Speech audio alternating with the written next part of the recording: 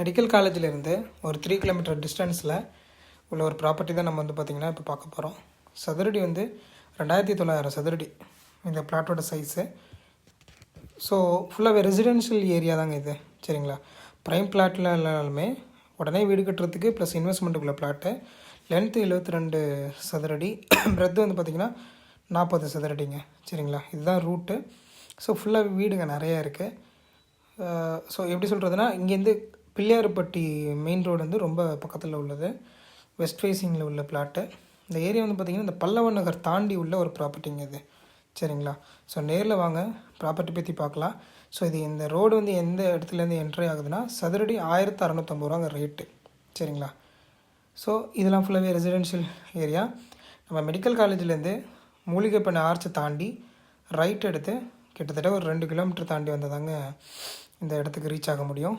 So இந்த நேர் road எங்கே போகுது அப்படின்னா, லெஃப்ட்டில் வந்து பார்த்திங்கன்னா மானஞ்சிப்பட்டி பல்லவன் நகர் போகிறது.